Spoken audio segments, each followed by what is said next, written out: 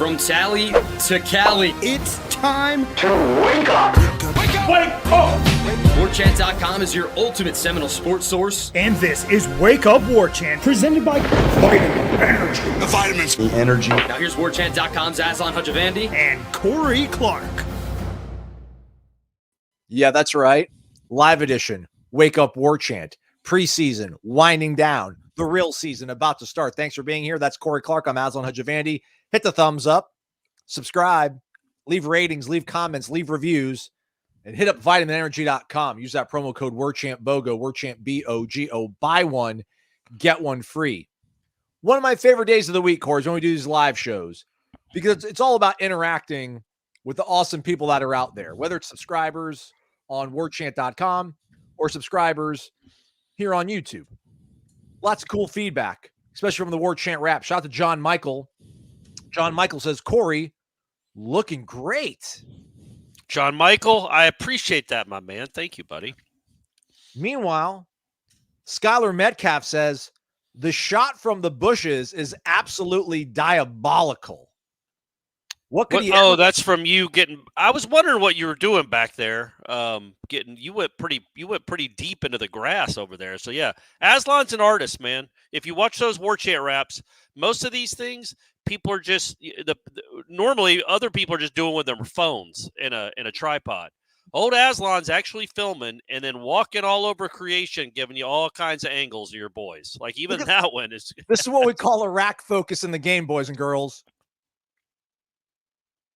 But look at us. We don't even know we're acting like we don't even know in our periphery that he's gone away from the main camera and walked 12 feet over to I didn't know you went behind the bushes. That's crazy. Good. Hey, it's fun, man. It's good stuff.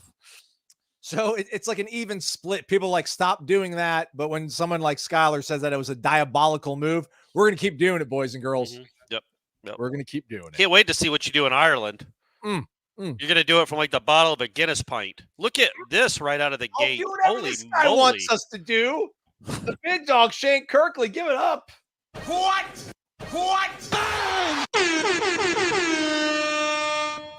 He's a pillar. Yeah. He's a pillar. Shout out to our guy, Shane Kirkley. Sorry to miss this one. He's at a fundraiser with his wife. His wife's name is Michelle, everybody. Want to show some love. Who do you see being the person to stand out this year that was not on the top 25 for the season? I don't have that readily available. I do have the top 40 here in front of me. Looking at, Cam Riley's 25, so he's inside of it. You'll have to trust me, I guess, Corey, on this, as I've got the full rundown in front of me. Probably Keandre Jones at 33. Yeah, that's a good one. Jaylen Brown, 32. Grady Kelly, 39. Lyons, 38. Those seem to be the guys outside the 25 that might make the biggest impact, in my estimation. What about Kevin Noles? Isn't in the top 25, is he? He's not in the top 40, brother. He would be my guess for somebody outside the top 40 for sure. I think he's going to play a lot. I certainly think of that defense. Honestly, like watching that defense every day, are the ones we've gotten to watch anyway. I don't see much separation at all between him and Earl Little. And if I did, I feel like Noles is a little bit ahead. He's made more plays, and not just the two picks he had the other day. I just think he's been more consistent in coverage than Earl Little, and so I think there's a chance Noles plays a lot. Then maybe he's not going to be as good as Jarian, almost certainly. But it's good to have a veteran back there that knows where he's supposed to be and has played multiple positions. So, and Shane, you're the man, buddy. Can't wait to see you in Ireland. That's crazy that you did that. First Guinness is on Aslan. Second Guinness is on Stephanie. And then we'll see where we go from there. But thank you so much, buddy. That's very, very nice, man. Very, very nice. And yeah, we'll see you in Ireland in a few days. That's crazy to think. Sorry, I don't mean to keep playing you off, Corey. I wanted to give him more juice. I'm sorry. All right, it's fine. It's fine. What am I doing here? It's Corey Clark, everybody. Lead writer, senior writer for Warchant.com, the ultimate Seminole sports source. Is this the guy that sent us email? Ric Flair aka the Hog Hunter, sent you an email about the Electro Fan. 20 various sounds. It's amazing.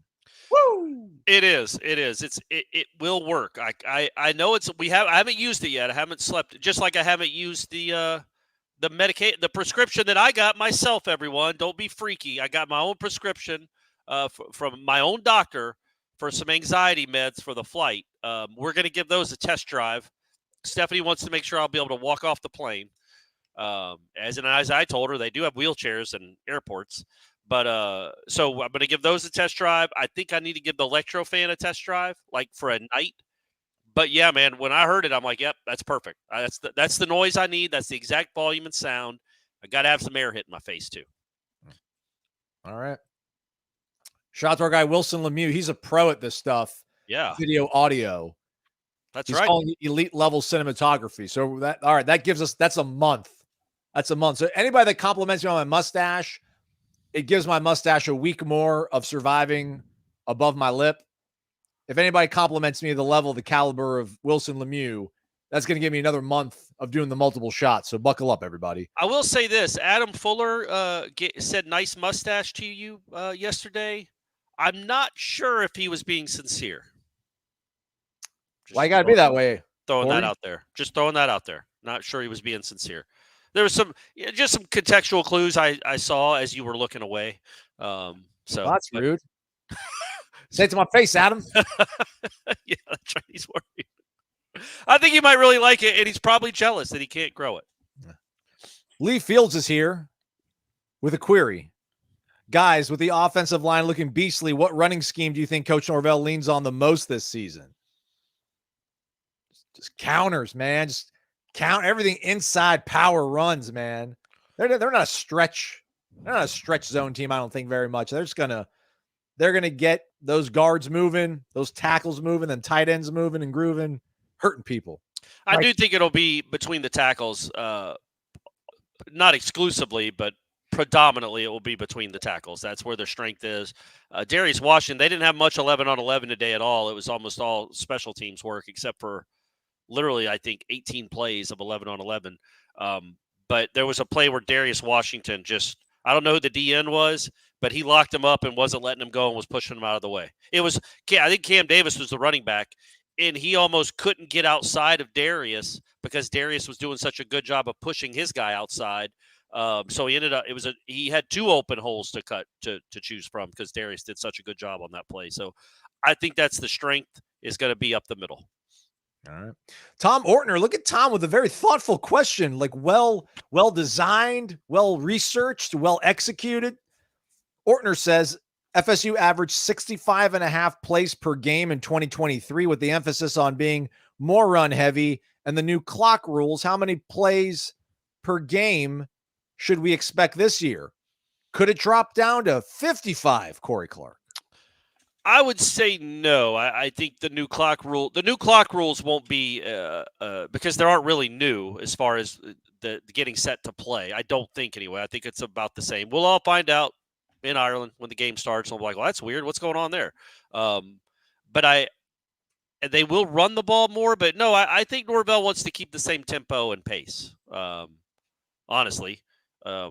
One thing I was thinking about though, Aslan. So when I was talking to Fuller the other day, just off to the side, and I was asking about the communication with the helmets and the dots and everything, the guys that can communicate with him, he said that he could communicate with whoever's got the dot in his helmet. The rule is until there's 15 seconds on the play clock, right? Yeah. So if you could communicate up till 15 seconds on the play clock, well, why wouldn't you then maybe run the play that you want to run with 3 on the clock? Get to the Jimbo, because if you switch the look at second 15 on the play clock, if you check to something else, the defensive coordinator that's in your linebacker's ear can't talk to him anymore. So that might be something you look at maybe, but I say that, but I hope not. They're going to be the better team in most of these games they play. They need to run more plays, and I would think it would still you hope it's not down to 55. That's just too few. That's like an NFL game at that point. John Decker, who's everybody, give it up for him. JD. $10 in the jar. Thank you, John. Appreciate you, man. Thank you, John. Hey, boys. Last year, Warchant signed my hat. We went 13-0. You can bet your rear end I'm bringing it to Ireland for another round of signatures and undefeated seasons. All right. Dang right. So we're gonna be this young guy that's kind of lower than our average demo, and he had like a really nice hat, like probably like a $40-$50 baseball cap, brand spanking new, and he's like signed this. I'm like, come on, man. And we did, and look what happened, Corey. So are we gonna sign the same hat? No, I think he's gonna bring another hat, I'm guessing. He says he's bringing it to Ireland. Oh, he says he's bringing it. Yeah, bringing it. All which right, I assume he's bringing the same hat again, which is cool. I'll keep signing your hat until they lose a regular season game. I feel like we can do that together. All right. Got some good feedback on the stash in the chat. Appreciate you, everybody. Look at this guy. Bardstown, Kentucky in the house, everybody. Dollar bills, y'all. It's Dave. He's in Bardstown, Kentucky, everybody. You've heard of the Thrilla in Manila and the Rumble in the Jungle. In 10 days, we will witness the drubbing in Dublin. Yeah. Hey, from your mouth, right? Well, you hope Florida State's doing the drubbing. Yeah. That's it's going to be. It'll probably end up being as famous as those two fights. Don't you think? No. In the middle. Little trivia, Aslan. Can you name who was fighting in those fights? Yeah, come on, man. Rumble in the Jungle, that was in Kinshasa, Zaire, which is now, I think, the Democratic Republic of the Congo, maybe just Congo. It was George Foreman and Muhammad Ali. Yeah. Thrilla in the Manila, if I'm not mistaken, was the final in the trilogy between Muhammad Ali and Joe Frazier. There it is, Smoking Joe Frazier, who does not have a statue up in Philadelphia, but Rocky Balboa does. Yeah. Just throwing that out there, even though Smoking Joe grew up and was born in Philadelphia and trained there. That's that old Bill Burr rant when he was the Philly. He was just giving it to Philadelphia fans for 20 minutes. If I'm not mistaken, I think Greg Jones and Joe Frazier have some shared kinship. Yeah, because Joe Frazier has some connections to South Carolina, and I don't remember what. Maybe he was born in South Carolina and then grew up in Philadelphia. I don't remember, but I do. Yeah, that sounds very, very familiar. And man, Greg Jones was put together. He was put together. And there's a former Florida State player that can vouch for the pugilistic skills of one Greg Jones. That's true. Not going to say his name. I love him, though. I love him, too. Not picking sides. Not picking favorites. All right, Corey, let's talk a little bit about practice while these questions are percolating in here. Again, they practice 16 periods. They usually practice about 25. It was very special teams heavy, but it was sandwiched. The bread of the day, if you will, was some 11-on-11 stuff, period 3, and then towards the end of practice. I don't have a lot of notes here in front of me. I'm hoping that you've got some on the dome, but I didn't want to tip the cap. I did remember Julian Armella actually got outside and got in somebody's way on a screen pass that ended up going to Cam Davis for some big gains towards the end of practice. Period 3 wasn't great, but period 3 was a little weird one where it was kind of, they were in plus territory, but quite deep. And I think they wanted to get at least some yardage to set up for a field goal to quote unquote win the game. DJ's guys got it done. Yeah, well, because DJ's kicker made it. Fitzgerald made his. Weinberg did not when Brock Glenn did it. But yeah, it was because I think he hit Ja'Kai out of bounds. Like, he hit him. He ran upfield and then went out of bounds. But they still sprinted onto the field as if the clock was running, like a hurry up, go, like the clock is running, which was to practice, I'm sure, just practice that scenario. But yeah, I think it was 2 or 3 plays starting at the 30-yard line. And then you're already in field goal range. You want to get a couple more, maybe a little bit more yards, and then you rush out your field goal unit because you don't have any timeouts. And DJ did his well. They got some yards. Fitzgerald made a 32-yarder, and then Weinberg missed a 37-yarder. But plenty of distance, folks. Yeah. That kid's leg is the truth. Not as accurate as Fitzgerald's right now, but that is a big leg. And then after that, so yeah, that was probably like 4 plays total. And then I literally think they ran 14 or 15 plays inside later in that practice that was 11-on-11. There was no 7-on-7 and no 1-on-1s. This is correct. Good bounce back by the goods, because they went incomplete and then they actually had a legal procedure, backed it up 5 yards, and then they were able to find Ja'Kai. There was a lot of time on the Ja'Kai throw too. Yeah. I probably kind of like 5 Mississippi, but I guess they'll let it go. DJ's a big guy. He could probably elude pass And he rush. rolling out to the right, I think, when he threw it. Yeah. If I remember correctly, it was a good throw. Actually, it Yeah. was a nice play. He wasn't wide open. It was a good throw and a good connection there. Otherwise, the only plays I have with the asterisks next to them towards the end of practice, somebody was in great coverage on our guy Malik Benson, if I'm not mistaken. Also had a nice pressure by Marvin Jones Jr. Yep, forced a throwaway. Yep. Heck of a deep shot to Ja'Kai before that one. And before that, I credited Richie Leonard and Darius Washington with some really good blocks on a screen pass to Lawrence Tofield that would have really gone places if it was a real football game. And also, so the pass that he hit Ja'Kai with, like 2 plays before, Ja'Kai is breaking open, wide open in the middle of the field. DJ throws it basically helmet high, a little bit of helmet high. Now, DJ has some pace on it, but it's a play that Ja'Kai absolutely has to make. And if he makes it, he's probably going to run for another 10 or 15 yards. It's schemed really, really well, and he drops it. And then literally either the next play or 2 plays later, he goes and makes the play of the scrimmage, the play of the practice for the team purpose anyway, like a 30-yard gain down the sideline on a really nice throw. He went up and got it. He snagged it, and he got celebrated with his receivers when he got back to the sideline. Ja'Kai's going to have a year, man. I mean, I know people want to hear the younger guys being, lauded, but Ja'Kai's going to have a big year, and he's going to have a lot of big plays and catches. He is going to be an enormous part of this offense. Yeah, I want him to be a little more consistent catching the ball underneath, but he's going to make some plays for this offense. He's just a tough cover. He's a tough cover.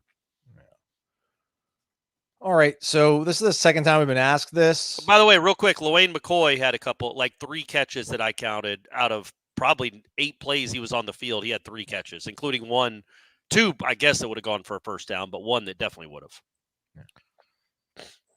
I thought the clock started running last year after first downs. It did, and I think that's yes, I guess it does. I thought they had tweaked it even more. I think the only tweak they've made is the 2-minute drill. The 2-minute warning, right? Is the only tweak they've made. So no, the clock rules are not different than they were last year. I was mistaken when I thought that. So what are we bracing for to being different then in terms of plays per game? Then how does that math end up? Well, it's just the plays per game are going down all over college football, and then if you're running the ball, so there's the clock never stops because there's no, if you're running the ball a lot. There's no incompletions. You're not running out of bounds a lot. So, that's why I would think that. Dylan's back. Do y'all think we're going to the portal next year again? Or do we start Brock? We asked this one last week. I feel like this, not picking on you, Dylan. I think we'll probably get asked this one maybe another baker's dozen times between now and Christmas time. Yeah, are they going to the portal next year? Do you start with Brock? Does Brock get skipped for Luke? I heard Danny Cannell on Russillo's podcast, Corey, and he was talking about, first off, Danny likes Miami a little bit more than he likes Florida State this season. Yeah. He loves his alma mater. He likes Cam Ward. He thinks DJ was a good move in terms of setting, he said guardrails. You said it raises your floor, which I think you kind of said numerous times on the show too. It does feel like it was kind of like the stopgap. 12-team playoff. We still have a lot of good talent. We still have the resources to put together a good roster. Let's just have a good veteran quarterback that can play smart, make an occasional play here and there, but not do anything too crazy to cost us a game. Because I can't imagine what we would be talking about this team if it was Brock or Luke being the starting quarterback. I'm shutting the window. Okay. This is crazy. I look like I'm in Apocalypse Now. Informant. Yeah, this is crazy. You can't see me. Yeah, you're right. Can you alter my voice so nobody knows who's talking? So yeah, you talk for another second. Yes, I agree with all that. We will be asked this question a lot. It's way too early to know. It's just way too early to know. It made sense this year because you needed to have another good year. You couldn't have what happened in December and then come back out and then struggle maybe to a 7-5 record as you break in a talented but young quarterback that's going to make a lot of mistakes. You needed to raise your floor significantly. I do think this was the right move. That does not mean I don't think that these 2 kids can play. I do think they can play, and I know they can play. It's just a matter of when they'll be able to play. So hold on, let me figure this out. Yeah, and then the question also becomes how much how much really quality reps will they be getting in practices? It's like a really double-edged sword for them because they're not going to probably get a lot of ones September through December. And then, maybe you do you want to put all your eggs in the basket in spring that they're going to make enough of a jump that you're going to stick with one of those guys to be your starting quarterback for 25? Because at that point, if you go through spring with one of these guys, it's kind of tough to then bring in somebody in the summer to be your quarterback. So it's a really weird, tricky thing that you bring in a guy like Luke Kromenhoek. He's got all this talent, right, Corey? He needs time to develop. He needs opportunities to develop. He's not going to get a lot of those in season. So it's like, at what point can a guy then? At what point can a young guy take enough strides to where he elbows out everybody else, boxes out the competition to where the coaches don't need to go into the portal? That's the tricky thing. Well, they'll know. By But the way, fixing your lighting. I mean, it's ridiculous. I don't even understand it. I don't understand the physics of it. I'll go try again in a second. It might be coming from feels like it's coming from the other side of the house. But I think you would know by December, right? Like you'll have seen these two guys practice for in the room, right? Like you're if the quarterback is answering the right questions, asking the right questions, if he's making the reads in practice quickly, I think that's how you judge him. Honestly, I think at some point, you're going to either think that one of these guys can play or know they can play, or we're going to start questioning what you're doing evaluating high school quarterbacks. They're supposed to develop and get better and eventually play for you. Yeah, I'm going to try again. I don't understand what's going on, Aslan. It's very, very frustrating. I'm very, very frustrated over here trying to make this thing go. I'm over here like a hamster on a wheel, pulling all these things up, trying to make them go, trying to make them move and groove. We'll go to our guy, Island Chief. I hope this is the same Island Chief over on the warchant.com message boards. Otherwise, we'll need to have you guys arm wrestle and figure out who we're going to refer to as like the real Island Chief. He says that drinking Guinness will help me decide on any different avenue of my life right now and all the choices I have. But the Magnum PI look has legs. Thank you. Appreciate it. Is this offense going to be most like any other season under Norvell? Or sorry, just read it verbatim, Aslan. Trust him. Trust the process. Is this offense going to be most like any our seasons under Norvell or 2019 Memphis? I don't think it's going to be 2019 Memphis. I mean, that thing averaged 5. Weren't they second in the country in offense yards per game, like over 500 yards per game? I don't see that happening. As far as like maybe the distribution between pass and run, I also don't think that. Didn't they have like a 1,500 yard runner and a dude that had 1,200 yards receiving? I mean, I think he had two main stars on that offense, right? Yeah. I don't think that's happening here. It's going to be much more spread out. I don't think you have a star, like a star that's going to have 1,300 yards or 1,500 yards at running back or receiver. Big numbers. Yeah. Scoring offense, 8th. Total up 485 a game is crazy. And yeah, average 40 points a game. Defense wasn't great. Sorry, Corey. Island Chief follow-up. Where does this question kind of stem from, do you think? How could this offense be as potent as that 2019 offense in Memphis, considering the roster last year offensively was more gifted than this one right now? I wonder. I think he means like maybe not end-of-year production, just like the style of play. Oh, okay. The style of play, what's it going to look like? Is it going to be 22 where it was run-heavy and they won games where they completed 10 passes? In the year before, they beat North Carolina and he completed like 10 or 11 passes. Or is it going to be last year when they were throwing it all over the lot for most of the season? I think it will be, as I've said, I think it's going to look very similar to 2022. Yeah, I can't see Adam Fuller allowing 48 points to anybody on this planet. Not even Patrick Mahomes. Well, he did do it to SMU that year. Wasn't that his defense? Let's go. Yeah, but I mean, come on. I know he didn't probably have Marvin Jones and Patrick Payton and Azarie on the Memphis defense. I've been meaning to email Matthew Bruni over at the Bengal Tiger, which is the LSU On3 website, because I know a lot of LSU fans really like Garrett Nussmeier. I wonder if there are LSU fans too that are like, you know what? I think our offense is going to be better.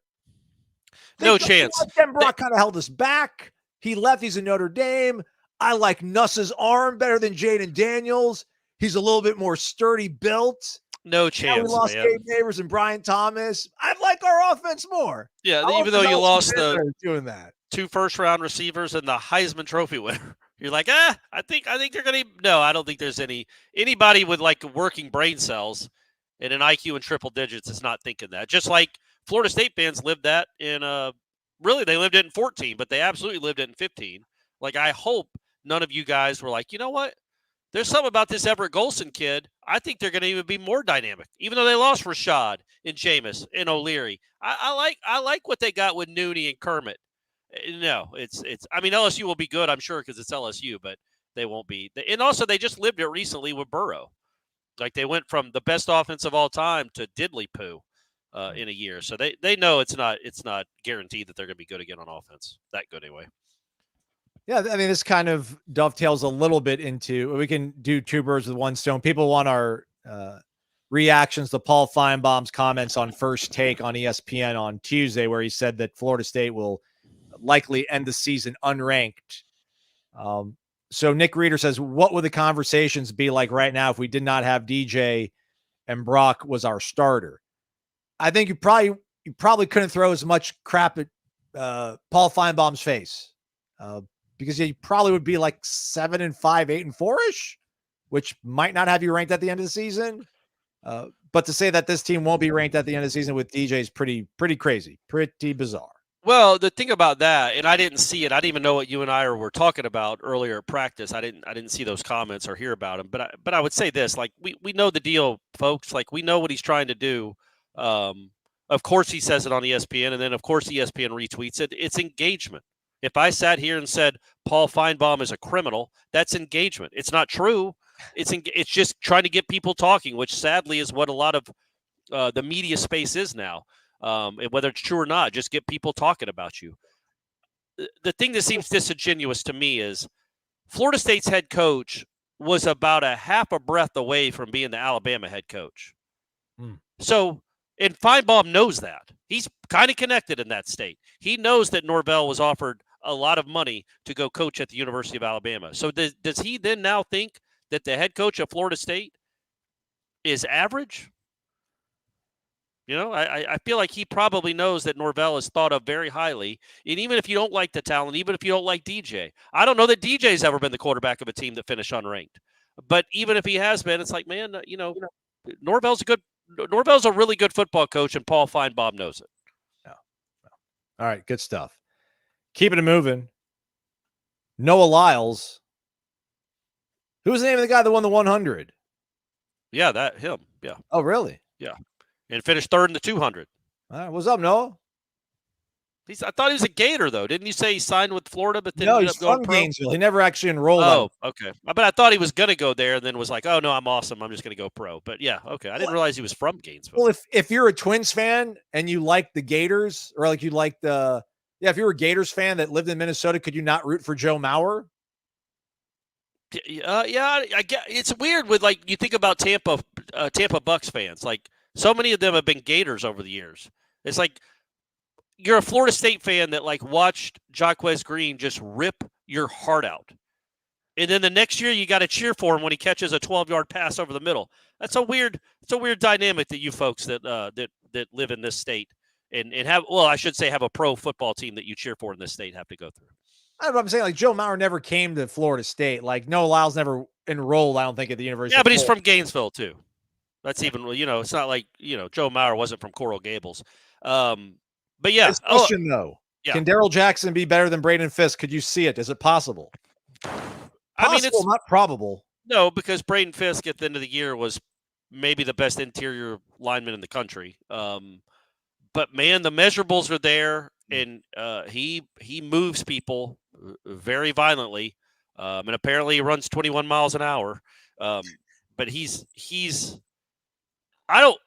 since I've been covering Florida State, I don't remember them having a defensive tackle that quite looks like this. Clearly, they've had some great ones that are better than Daryl Jackson. But that's a different looking person. So he makes so many of them look like just like little cousins. He's just built different, man. He just is. He's built different. So we'll see. I don't want to. I would never say that he's going to be better than Braden Fisk, but I definitely think, Noah, that there's a chance he can be as good. Not predicting it. That's too high a bar.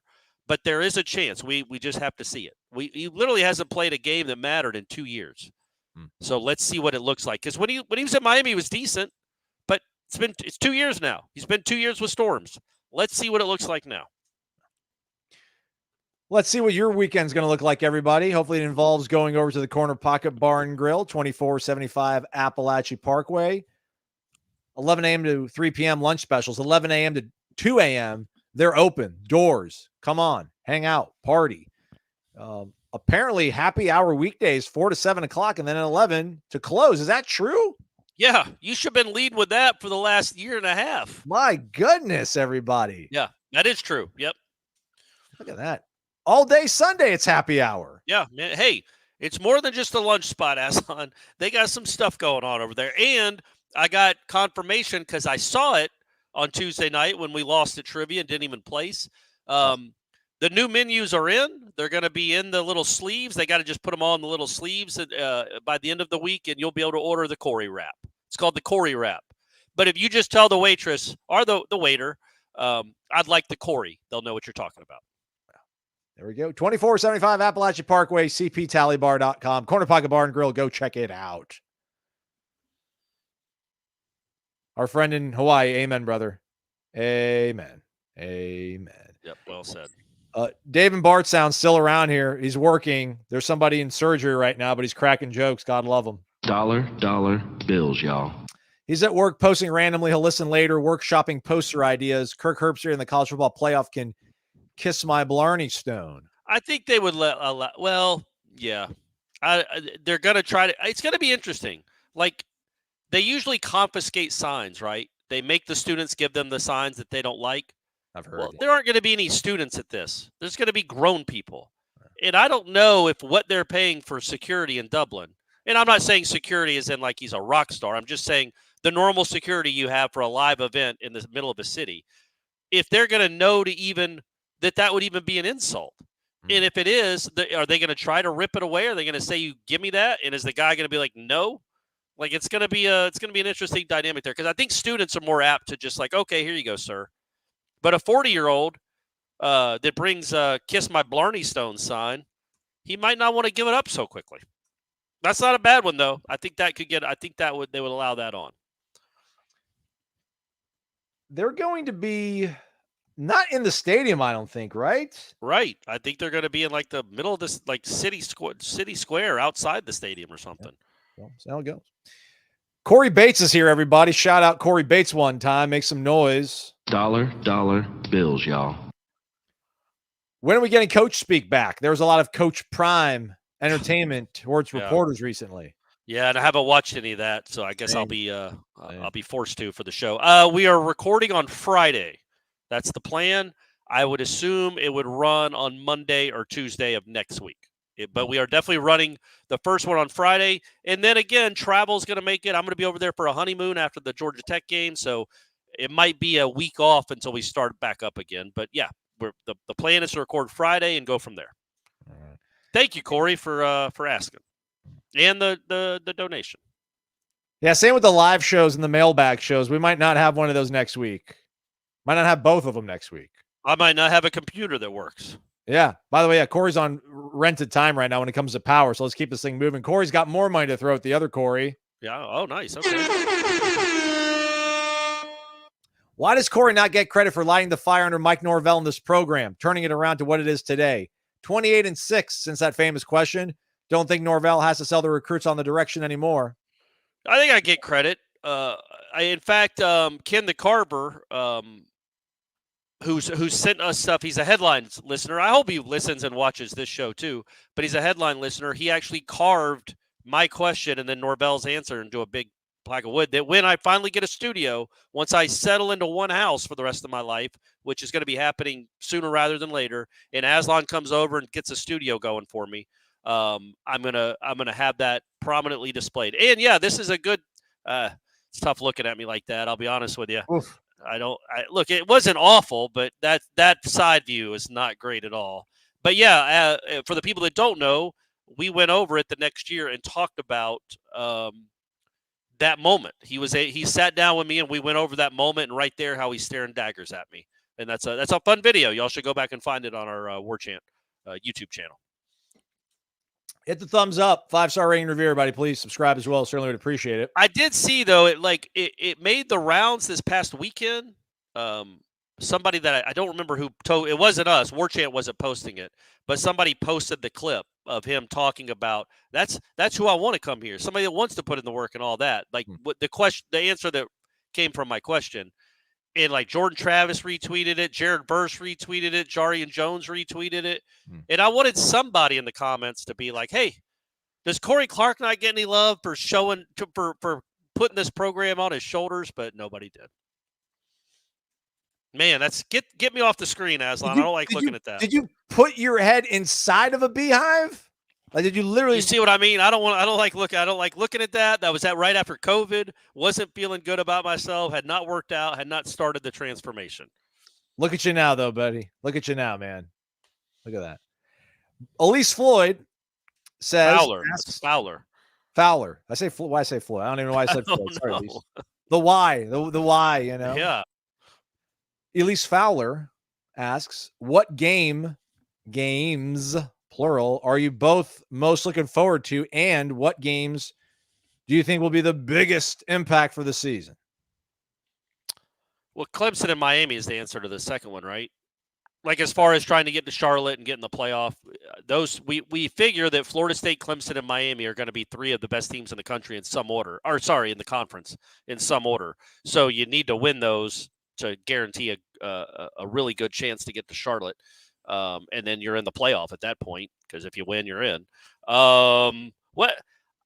I don't know. I don't know if I go to Notre Dame, maybe Notre Dame. Duke on a Friday night. I'm actually looking forward to that, Aslan.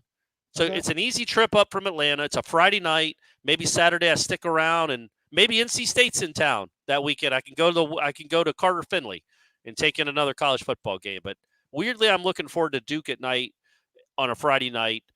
And then honestly, if I'm being honest, I already mentioned it, Clemson at home. That's, you get them at home. You haven't beaten them at home since Smag was your quarterback and Jameis was on the sidelines. And also it's DJ against his former team. So there's going to be a lot of anticipation and hype for that one. Yeah. Honorable mention SMU. Okay. Yep. Get to go to Dallas. Go to the JFK Museum. I'm the guy that I would rather play in a 35,000 seat stadium that's got 36,000 people standing room only than playing in an 80,000 seat stadium that's got 58,000 people. I think that atmosphere is going to be awesome.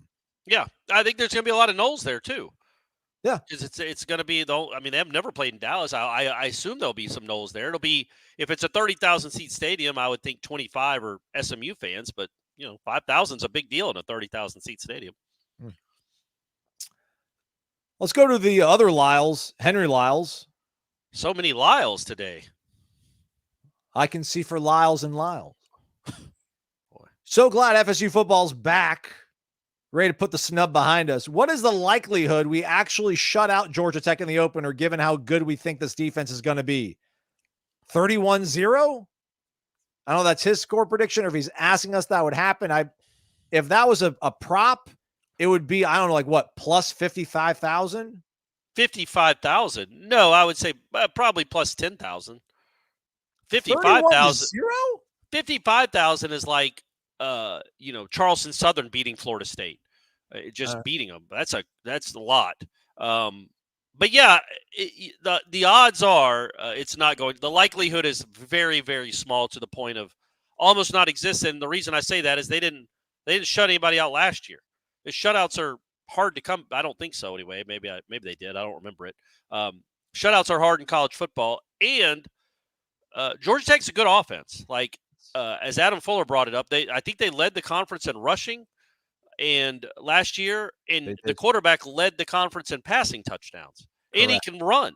That's not an easy offense to start a season with. You think over the course of 4 quarters you'll be able to control it because it is mostly a running game, and you do like what you have up front. But they do a lot of misdirection and a lot of that is not an easy offense to stop. Georgia had its real issues with it at the end of last year. They didn't just beat up on, ACC teams. And so that's not going to be an easy win. And I would be even though this defense I think is going to be good, this could be one of the better offenses it faces. I think I'd same game parlay this. I think I would take 11.5 points. And I think I'd go the under on the 56.5. All right. Okay. That's just me though. Yeah, I don't think they'll shut him out. But like I was thinking about the number and everything with the game. And, I'm like, yeah, Florida State maybe wins like, 23-20, like a little of a sloppy up and down game, 24-18 or something weird. But I don't know. I can't see. I mean, they do have a really good offense. Like, can I see Florida State giving up like over 20 points in week 1? Sure. No, man, it's tough. But what Vegas is telling you right there is that they think the game will be somewhere in the neighborhood of 34-23. That's where they've kind of put the lines for the spread and for the over under. So that would be about right. I mean, I think by far your biggest advantage in this game should be running the ball on them because they were awful last year stopping the run. Just couldn't do it. Yeah. Now they might have made some adjustments. They got some new players, got a new coordinator, but that's the biggest advantage. I don't think your defense is going to just overwhelm them. But I hope I'm wrong. Yeah. Even though we like the defense is good. I just don't know that you're going to overwhelm them. I mean, again, Tech has all 3 of their leading receivers back. They've got the leading rusher. Well, he's not the leading rusher, but they're the first 1,000-yard rusher they've had since I think like the Paul Johnson era. Yeah. Back. Haynes King, their quarterback, is back. He was offered by Norvell back in the day when Norvell was in Memphis, no less. But that defense, they added a couple pieces from they added a kid from USC. They added a guy that played at Miami for a year. They added a defensive lineman, interior guy from Penn State. But I looked at their PFF numbers and nothing impressive. But they only really got one way to go, and that's up. I mean, their defense last year, I think I actually have the numbers in front of me here, believe it or not. Man, they were 120th in total defense, Corey, and then they were 128th in rushing defense. Yeah, and how many teams are there? Like 133, 130? Yeah, they might have been the worst in the Power 5. Yeah. Power 4 now, sorry. They probably almost were, so it have to be. So, yeah, but they were a bowl team, I think, or close to it, and that's because they have a good offense. They ran 20-something plays in a row, just ran the ball down UCF's gullet to ice the Gasparilla. That's right. That's right. Oh, Aslan, you remember it all, buddy. You didn't even have money on that game. That shows you what a big college football fan you are. And their offense last year was 34th in the country, 12th in rushing, 34th in total offense, 12th in rushing, and 42nd in scoring. So they actually were higher in Florida State in 2 of those 3 metrics. Yeah. I'll take the scoring offense being better, which is what Florida State's scoring offense was last year. And it was even better than those last 3 games indicated because we remember what happened. You like Island Chiefs' suggestion there? The Dublin in Dublin, 34-17, because you double them up. I like it, Island Chief. That's good. The drubbing in Dublin's good too, but I don't know that 34-17 accounts for a drubbing. But it's definitely a Dublin. And that would hit the under. What? That would hit the under, by the way. It would. Yeah, you're right. Marlon Joker, winner of a Cummins swag bag last month. If DJ's numbers are the following this year, what's our record? 2,800 yards, 28 touchdowns, 6 interceptions. No worse than 10-2. I was going to say 12-1. 12-1, and you got a first-round bye. All right. Okay.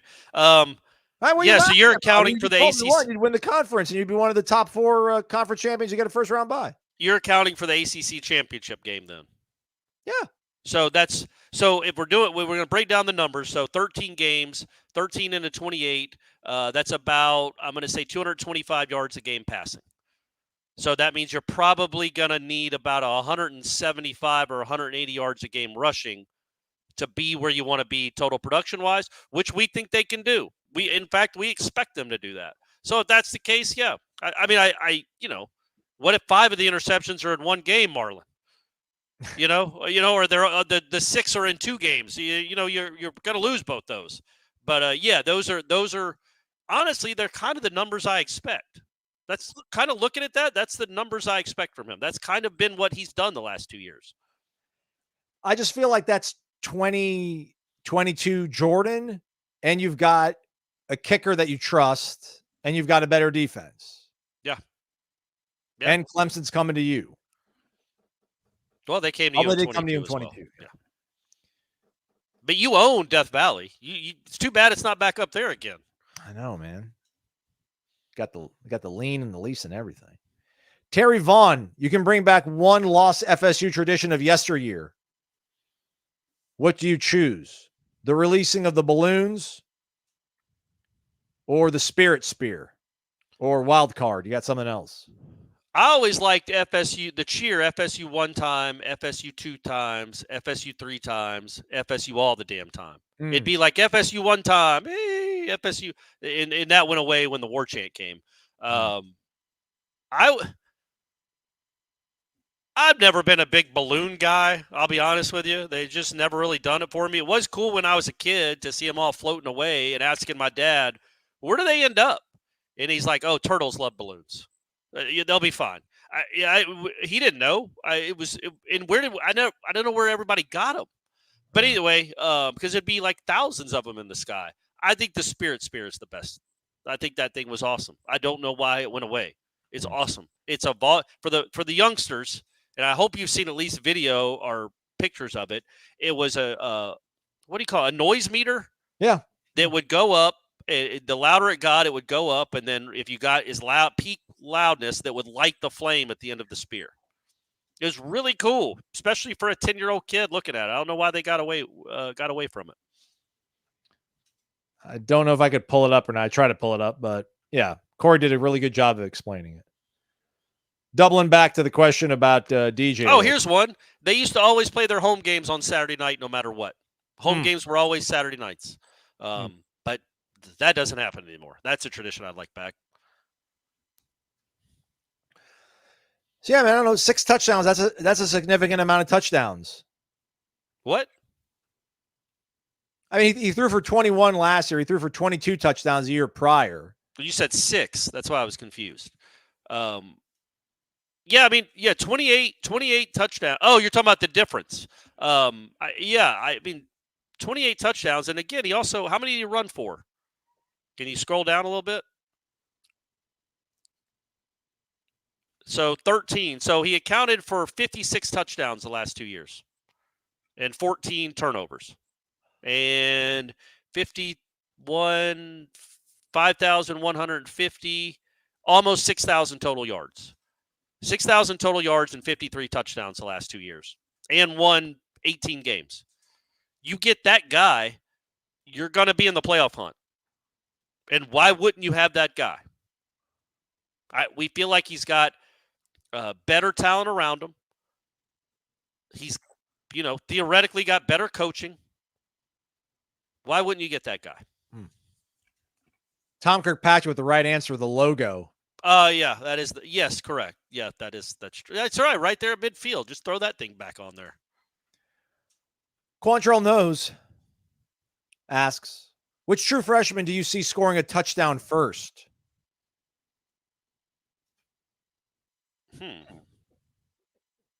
Cam Lane Davis. McCoy? Cam Davis. Oh. McCoy's a good answer too. Yeah. But I'm saying Cam Davis. Okay. Defense, who would be the first? Who's going to get a pick 6 or a scoop and score? No. Maybe KJ Sampson. He's got a good nose for the ball. Is he a true freshman? Oh, true. He did say true freshman. So false. He's a false freshman. That's what they should call him instead of true freshman. Yeah, I can't think of anybody on defense. I mean, Ricky Knight's my guy, but I don't know how much he's going to play because they're pretty good back there. Maybe I'll have a pick 6 against Charleston Southern or something. So Ricky Knight on defense, and yeah, I go with Cam Davis on offense. What about Amari Williams? Oh, never mind. Aslan's tuned me out because Z-Chan has entered the chat. What?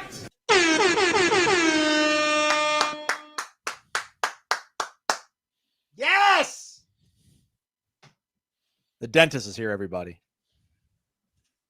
$300 in the jar. Man, Z-Chan in the house.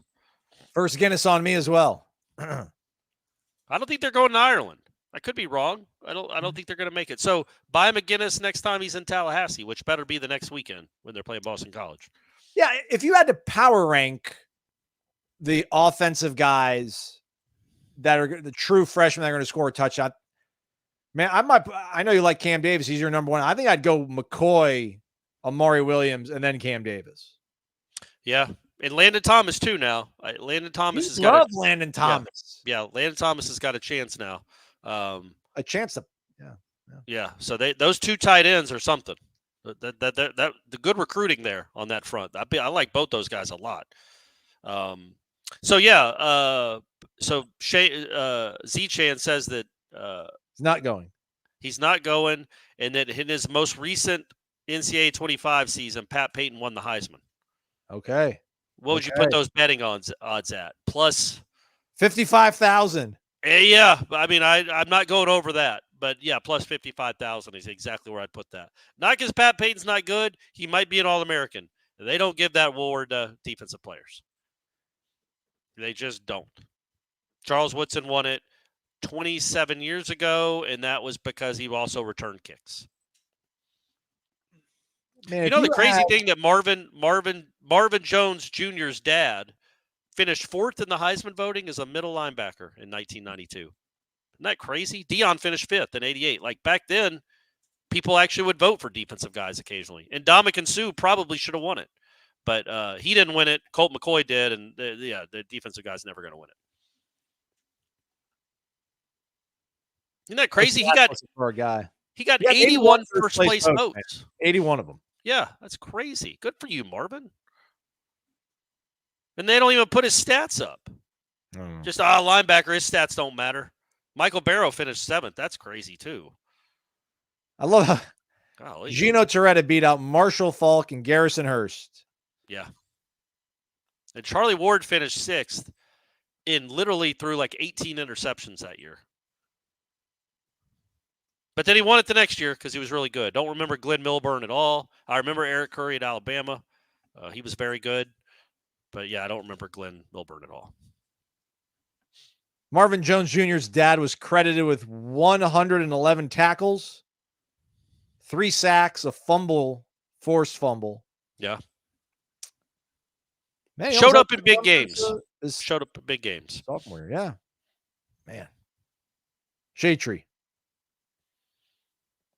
First team All-American, Football Coaches Association, first team American AP, Walter Camp, first team All-American, College and Pro Football Weekly, first team All-American, Football News, first team All-American, College Writers Association, first team All-American, Kodak, first team All-American, Scripps Howard, first team All-American, The Sporting News, first team All-American, United Press International, UPI, first team All-American, NCAA, unanimous All-American. So if Marvin Jones Sr.'s son finishes 4th in the Heisman Trophy voting this year, what's their record?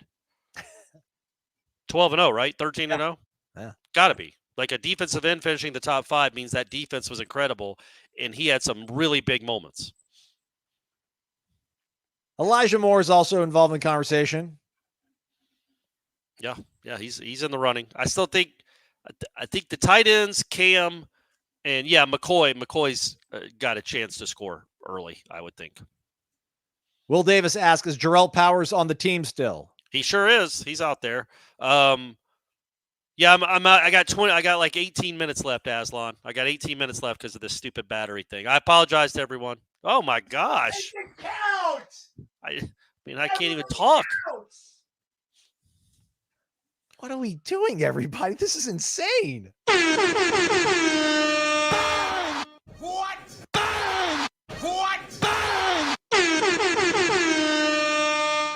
Dollar bills, y'all.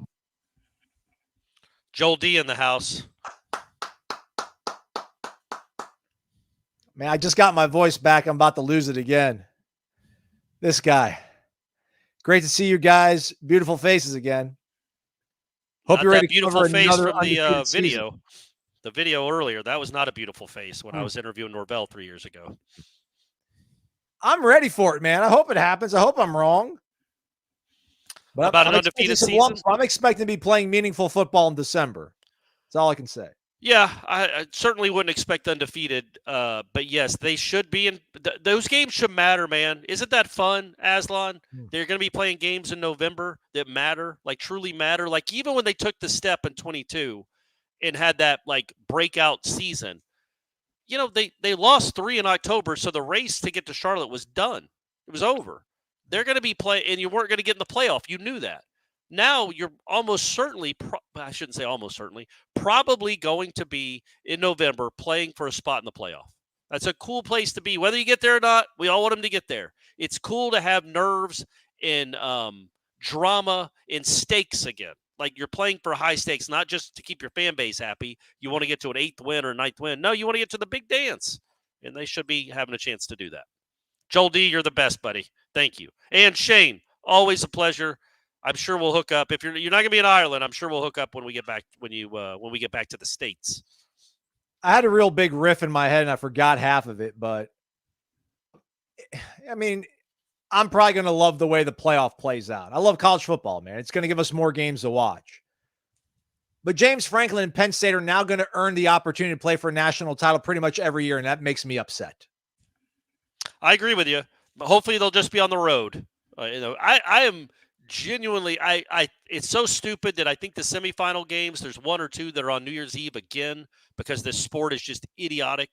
But I am so looking forward, whether Florida State's involved or not, home playoff games in college football is going to be awesome. It's just going to be awesome to watch. It'll be really fun to see that. Mr. Hunterverse 83. How do you think Hakeem Williams will do this year? I think it's Mr. Universe. Mr. Universe. Yeah, not Hunterverse. I think he will be a big part of this offense this season. And I think there's a chance it could be a breakout season for him. Shout out Danny Rivera for making it to a live show for once. Thanks for being here. George says players. Oh, it's a gator. Is that a gator? Or is that somebody making fun of a gator? Can't tell. Oh, it's a gator. What did you get out of our show, George? Don't be like that. Don't be like that. Yeah, don't be like that. But next time, if you want us to read one of your comments, donate. Right? That should be a gator. That should no way. I mean, kids aren't gonna. You can't sit. Do you think guys? Do you think players will sit out playoff games? That's what the gator said. I do not. I mean, I wouldn't be stunned by it though, but no, I do not. I do not see that. Just like I don't see. I would not think that. All right. Okay, I definitely think they might sit out games if your computer might fritz out and you'd be stuck with me and this mustache. Thanks everybody for being involved. We appreciate all the questions. Hit the thumbs up on the way out. Join warchant.com. 2 months, $1, FSU1. Use that promo code. We'll be back out of practice tomorrow.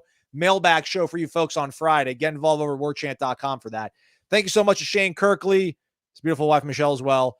Our guy John Decker, Dave in Bardstown, Corey Bates, Z-Chan, Joel Davis. Oh, C-Hoop at the buzzer. That's like what Mark used to do from Naples, coming at the buzzer. $50 in the jar. He graduated FSU in 2011. He's got enough money now to throw $50 in our face. Love it. Good job. Must be a business major. Should you post like that graphic of where we're going to be in Ireland? Like we ran it during headlines yesterday. Oh, I don't know. What's the name of the place? We are having a get together from 6 to 9 on Friday night in Ireland. Jeff is doing a show there all week, and we'll be doing a show there that day from 6 to 8. But then we'll also be there an extra hour after that.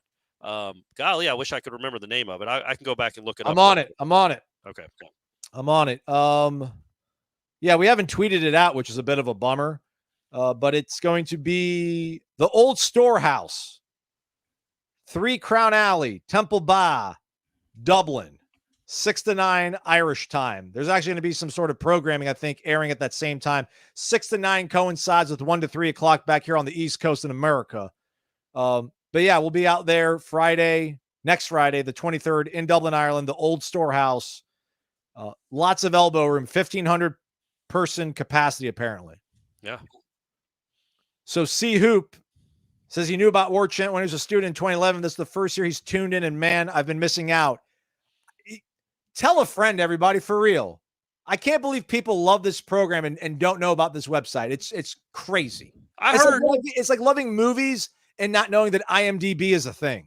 Somebody told me a story at Corner Pocket the other day, or maybe you told me, I can't remember, I'm getting old, where they had somebody come over to do some work on their house, and he saw some Florida State gear. He goes, "Oh, I'm the biggest Florida State fan there is. I'm a huge Seminole fan." And the guy's like, "Yeah, what did you think of Wake Up today?" And he goes, "Wake Up? What?" Yeah. He goes, "Yeah, Wake Up Warchant." He's like, "What's Warchant?" Yeah. He's like, "Dude, you ain't the biggest Seminole fan there is. What's the matter with you?" So hopefully that was a new listener. And now we got C Hoop as a new listener. So we're just spread the word, folks. You probably assume if you're watching this or you're on the site, everybody knows about Warchant. Well, everybody doesn't. We need to make sure everybody knows about Warchant. And then the earth will keep spinning. There we go. He hopes to get a beer. First beer on me, C Hoop. For real, FRFR, as the kids say. Thanks, everybody, again, for being here. Hit the thumbs up on the way out. We'll be back at practice first thing in the morning. Follow along. It'll be fun as always. Thanks for watching. He's Corey Mazlon. It's been Wake Up Warchant live, presented by Vitamin Energy.